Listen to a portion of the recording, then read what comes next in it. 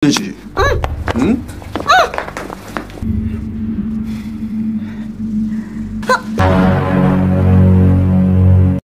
Halo para pengangguran, Hamayaeseo, yang artinya sudah dapat kerja belum? Kali ini saya akan mengalut cerita The Outlaw, di mana tempat polisi baik yang suka mengayomi masyarakat berada dan tidak suka menembak sesama polisi yang berhadapan dengan psikopat yang meresahkan. Dan tentunya ada asupan vitamin adrenalin yang akan membuat Anda semangat dalam menjalani kehidupan tanpa banyak basa-basi di awal. Inilah film tanpa hukum, di luar hukum.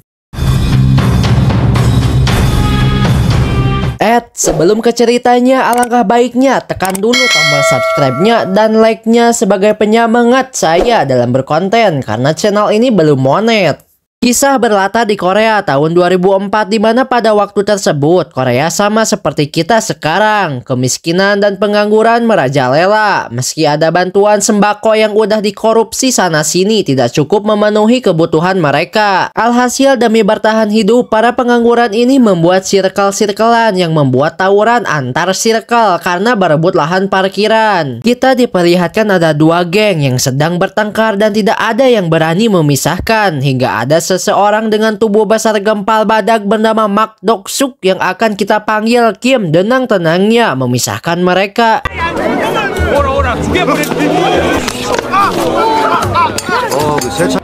아니야, 여기 애들 싸움 나가지고. Yang ternyata Kim adalah seorang polisi. Dia pun mulai memeriksa TKP. Ternyata ada satu orang yang terluka dan merupakan kelompok dari geng Venom. Dilihat dari tato orai kadutnya. 나오잖아요. 좀 가만히 좀 있어요, 좀. 새끼 독사파네? Kim pun langsung mendatangi tempat geng Venom yang dipimpin oleh Sung Tae demi menemukan pelaku yang menusuk anggotanya, yang ternyata pelakunya merupakan geng Isu. 이 스파 랭해지십니다. Kim pun mendatangi salah satu bisnis haram geng Isu dan ternyata benar ada seseorang yang ketakutan melihat kedatangan polisi dan memberitahu abang-abangannya. Dengan pepolontong, si sampah masyarakat ini menentang si Kim yang langsung aja dibuat tak berdaya.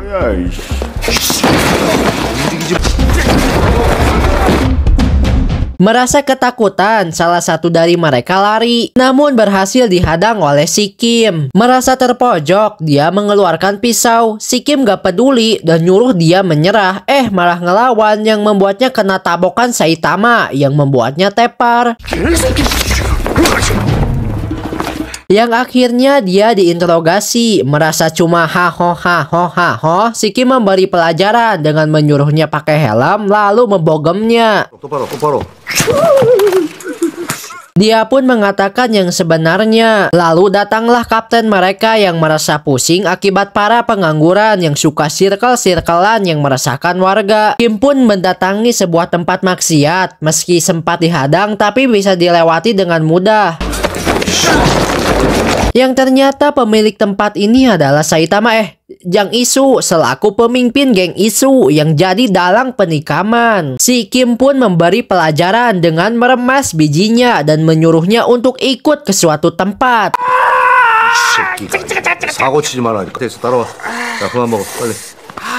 Yang ternyata si Kim mempertemukan kedua pemimpin geng tersebut dan memerintahkan mereka untuk damai dan menjadi pengangguran yang baik dan berguna bagi bangsa. Sebagai tanda mereka udah damai, si Kim pun memfotonya buat di tweet #pengangguran cinta damai dan pengangguran perlu kerja bukan kartu prakerja. Setelah itu mereka pergi, tapi Sung Tae mendapatkan telepon. Halo, luwak white kopi yang ada badaknya. Cerita beralih ke seorang yang bernama Joko Jakajiki yang menyekap seseorang yang ternyata merupakan kelompok geng Venom yang terlilit utang Bang Emo kepada mereka, dan yang ternyata yang menelepon si Sung Tae tuh dia yang meminta tolong. Merasa tidak bisa bayar utang, mereka pun mengeprek tangan orang ini satu demi satu dan itu sangat ngilu.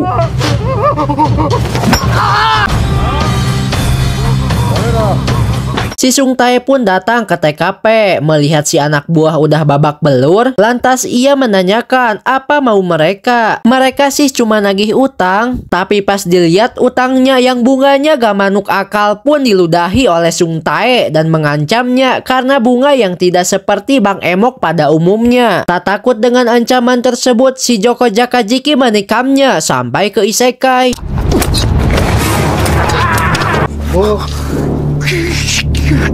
Sung Tae pun meninggal dengan sadis oleh si Joko dan kawan-kawan karena mereka tuh suka nonton Tokyo Ghoul. Anak buah si Sung Tae pun cuma pelangak pelongo melihat kesadisan mereka. Beralih ke si Kim yang merasa tugasnya udah selesai, ia pergi ke tempat maksiat tanpa plus-plus yang dikelola oleh geng Chunsik karena mereka cuma bisa minum doang tanpa bisa ngiwi dengan ciwi-ciwi.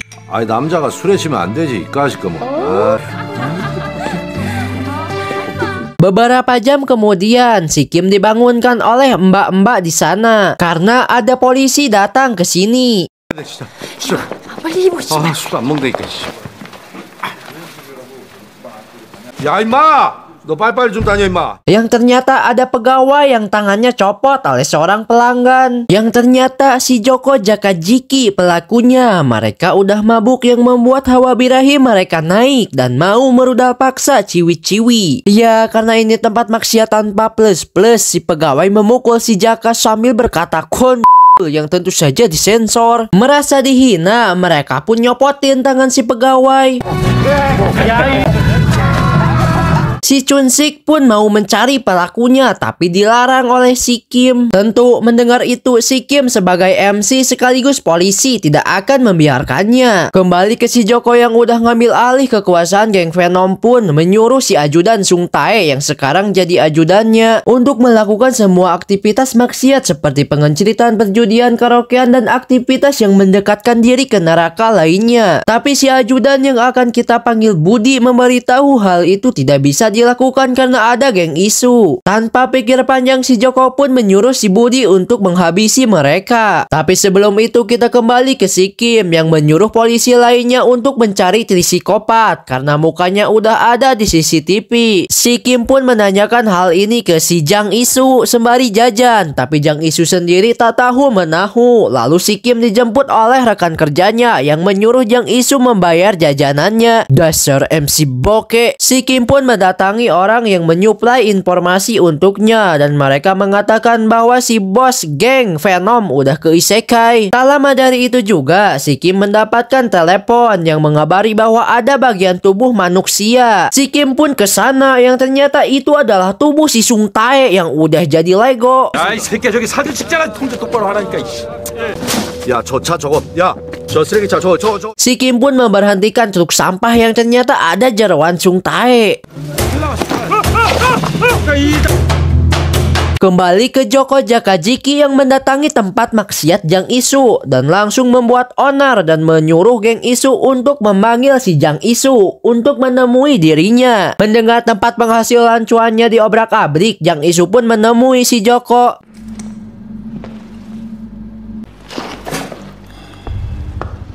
Si Joko pun mengancam jika tak mau bernasib sama kayak Sung Tae, ia harus merelakan tempat ini jadi miliknya. Tapi si Jang Isu malah mengancam balik. Tapi anak buah si Joko udah ngabisin anak buah si Jang Isu yang membuatnya kena mental. Daripada bernasib kayak Sung Tae dan mendapatkan bayaran yang kecil dari sutradara, Jang Isu pun memilih pergi.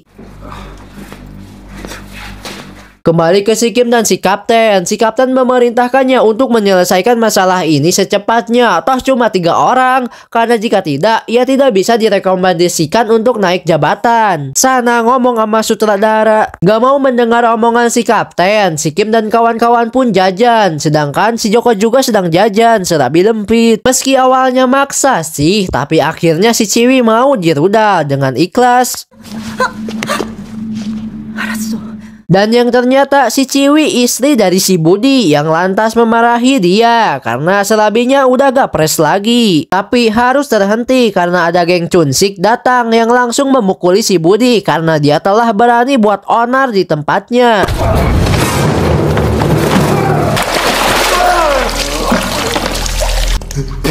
사장님, Yang alhasil si Budi menawarkan diri buat menghabisi si Joko. Kembali ke si Kim dan kawan-kawan yang sedang jajan di warung Teh Yuli yang kebetulan si Joko Jakajiki datang ke sini. Lantas si Kim menyuruh rekannya untuk siap-siap, namun 야, 술 한 잔 줘봐.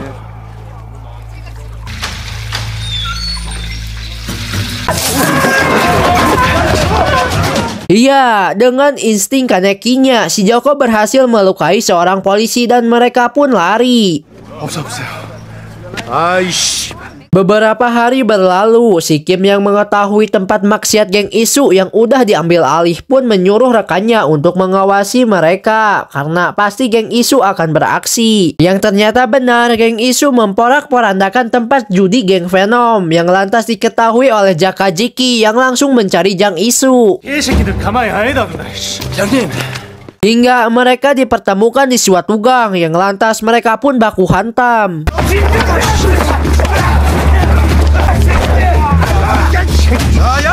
Kejadian itu dapat dilerai oleh si Kim yang menyuruh geng Isu pergi, sementara untuk Jakajiki dihadapi oleh para polisi.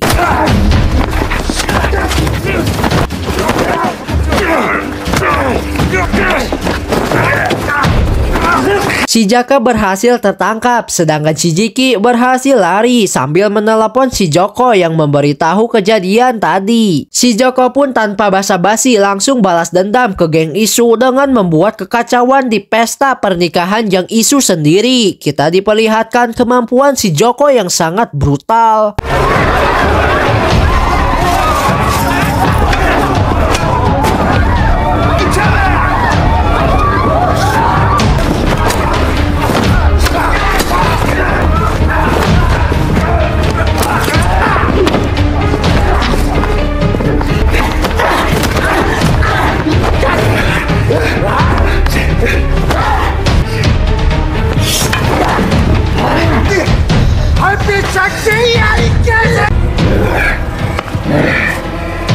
Setelah itu, si Joko Jiki pun mendapatkan job dari seorang pengusaha untuk mengusir kelompok geng Chunsik yang mengganggu proyek mereka. Di saat nego harga berlangsung, ternyata si Budi menelepon geng Chunsik yang membuat mereka datang dan membuat keributan.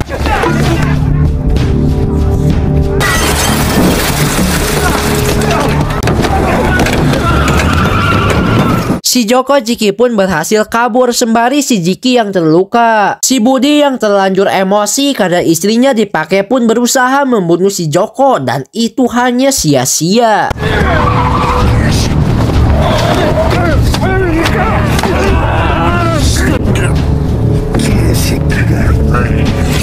Mendengar geng Chunsik ikut campur dalam kasusnya, si Kim pun menemui pemimpinnya. Meski di awal dihadang anak buahnya yang dari bentuk fisik lebih unggul daripada si Kim, namun tetap dengan plot armornya, si Kim bisa nge-one hit dia sampai tepar. 가시라고. 이발로. 눈 깔아. Dan menyuruh si Chunsik untuk memberikan 3 orangnya untuk bertanggung jawab atas kejadian ini. Tak lama dari itu, si Kapten dan si Kim dipanggil oleh komisaris kepolisian yang akan memberikan kasus ini ke divisi lain karena si komisaris menganggap divisi si Kim gak guna. Mendengar hal itu, si Kim menggunakan skill ngawadulnya dengan mengatakan bahwa 3 orang ini membentuk geng yang sangat besar. Jadi mereka perlu waktu untuk menangkapnya. Dan jika kita berhasil menangkapnya, si komisaris akan mendapatkan kenaikan pangkat. Mendengar kenaikan pangkat, si komisaris memberikan 10 hari lagi ke si Kim. Tanpa banyak basa-basi, si Kim pun mengumpulkan para wargi untuk kerjasama. Para warga pun kerjasama dengan merekam semua aksi kejahatan geng Venom. 이 사진 있는 놈들은 원래 돈 없다 해도 귀뚱으로 아이.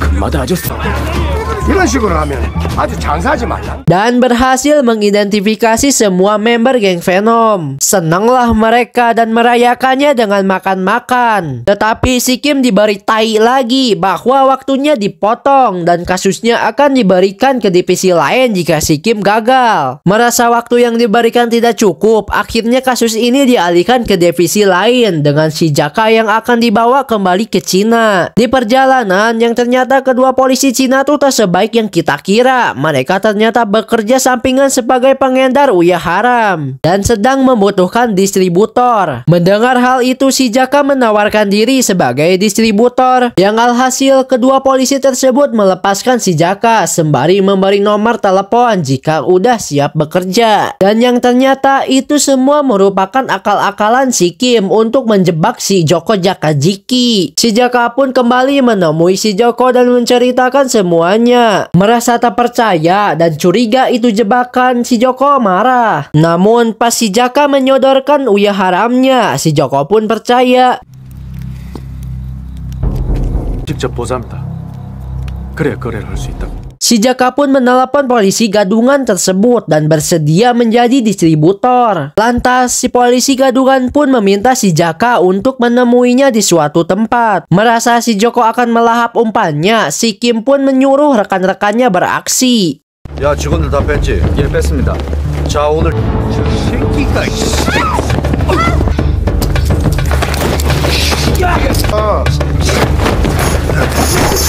Kita diperlihatkan komplotan si Joko yang mau menuju ke suatu tempat.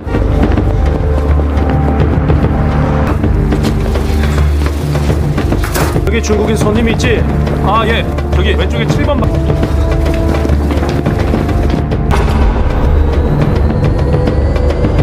Tapi pas sampai di tempat yang sudah disiapkan, ternyata si Joko tidak ikut. Malahan si Joko ke tempat geng Cunsik untuk balas dendam.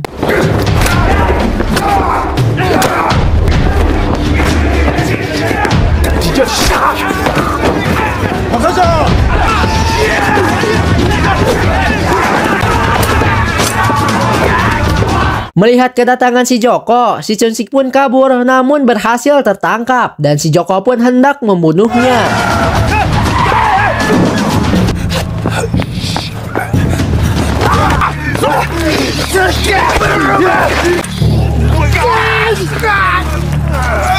Beruntung ada polisi di sekitar sana dan dengan terpaksa si Joko kabur dan membiarkan si Cunsik hidup. Si polisi ternyata divisi si Kim dan mengikuti si Joko pergi. Merasa tidak aman lagi, si Joko mau pergi, namun si polisi hendak menghentikan si Joko. Lantas si Joko pun mau menabraknya.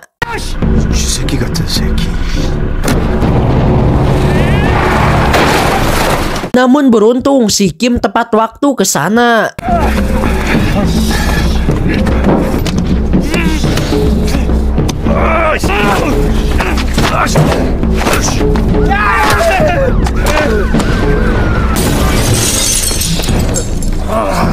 Tapi si gimana juga, si Joko berhasil kabur, sedangkan si Jiki berhasil tertangkap.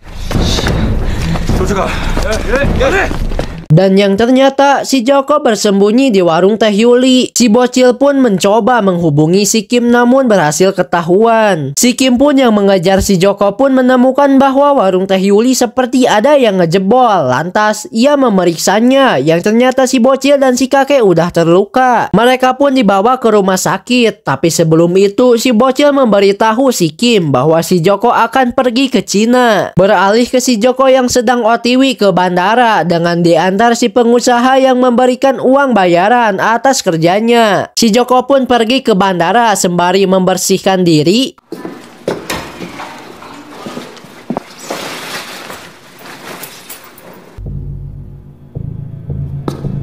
Namun tak disangka ada si Kim yang udah nge-waiting dari tadi. Tak ada pilihan lain karena diperintahkan sutradara untuk baku hantam, mereka pun melakukannya.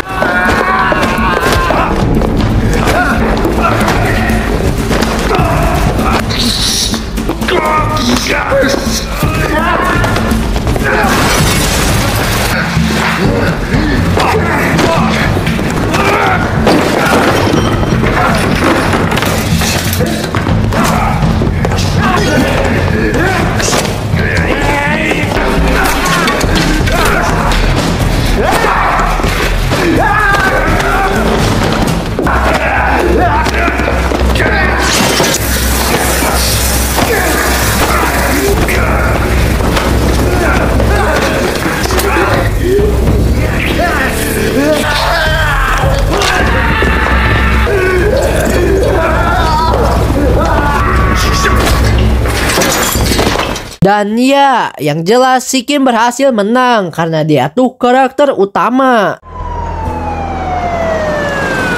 Setelah dari kejadian itu, semua geng Venom pun ditangkap dan akan diproses secara adil-adilnya. 네, 소장님. 아이고, 아이고, 제가 누굽니까? 전일반.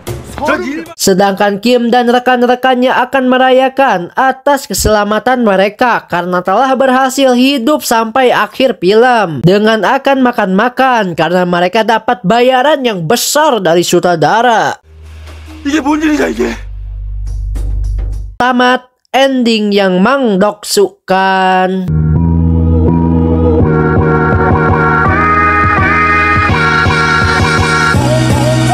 Pesan yang dapat kita ambil dari film ini adalah jangan macam-macam dengan karakter utama. Dah gitu aja, saya Razor Film 140 unsurkan diri. Ciao ciao.